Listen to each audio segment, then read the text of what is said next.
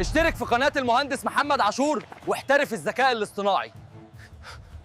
يلا بينا على الشرح. كل نماذج الذكاء الاصطناعي مجانية في موقع واحد، وهو موقع ويفي اي اي. هدخل على موقع ويفي وهسجل بالجيميل بتاعي وهختار create new file skip for now.